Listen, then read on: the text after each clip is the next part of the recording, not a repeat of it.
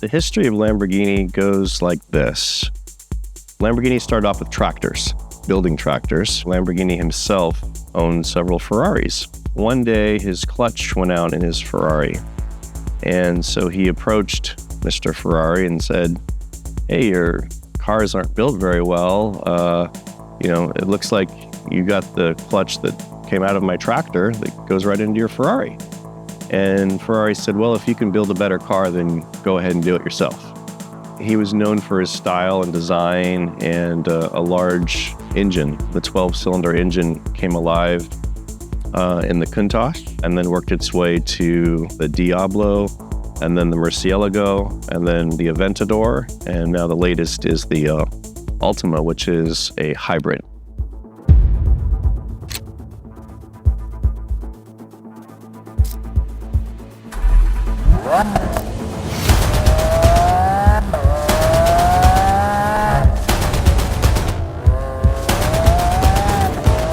But Lamborghini was never into racing as Ferrari was. Ferrari started off very early on with F1, Formula One.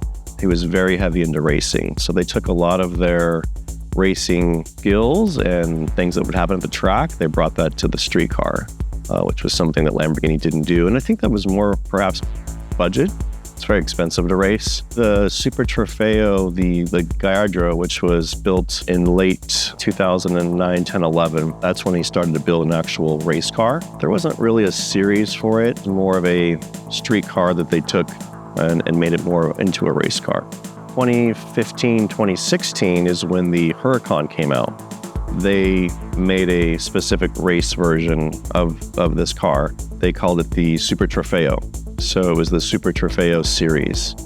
All the cars were the same. They raced throughout the US and in Europe. So guys that had the first base car, if they wanted to race in the series, they had to upgrade their car in order to race in the series. 2019, 2020, Lamborghini started manufacturing the Super Trofeo EVO, which is what you see behind me now. So that's a factory EVO. No modifications were needed to race in that series.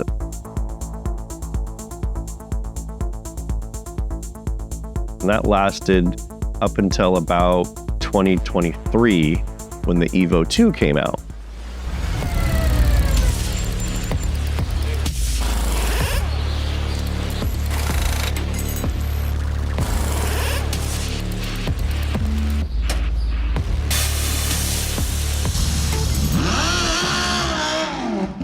So that was a pretty significant change. More aero, more downforce, body changed a little bit. Brakes were upgraded, suspension was upgraded. It was so much of a change that you couldn't really upgrade your EVO to an EVO 2. So guys that had the EVO basically sold their cars and bought the new EVO 2 in order to race in the series.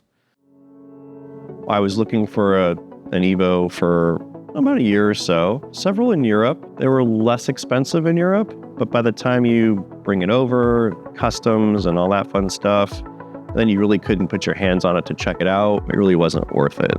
This one was raced for one season. It did go to Europe, actually. They flew it over to Europe and then parked for a year. And then I found it out of Buttonwillow, which is just a closest track from us in Fresno. It's about an hour and a half. This was one of 10. It had a specific color scheme to it. Underneath the livery that you see here is white with some Italian schemes. I designed this livery. I had the colors that I wanted. Then I said, that's it. And so we wrapped it here in our shop, actually. The body is full carbon fiber. The only thing that's not carbon fiber are the doors. The doors stayed the same Huracan aluminum doors. Everything you see is completely straight from the factory. No modifications done. I added a second seat so I could take passengers out on the track. And a cool shirt system. A radio was put in so we can communicate. I'm slowly learning the car. I've taken it out maybe 6-7 times. It's a loud car, so Buttonwillow is really the only track aside from Laguna Seca. If Laguna Seca has a 105 decibel day, I can go to that. but it'll blow 107 going up the hill, so I have to short shift and go slow up the hill. This was a, as you can see from the number 50, this was a 50th birthday present to myself.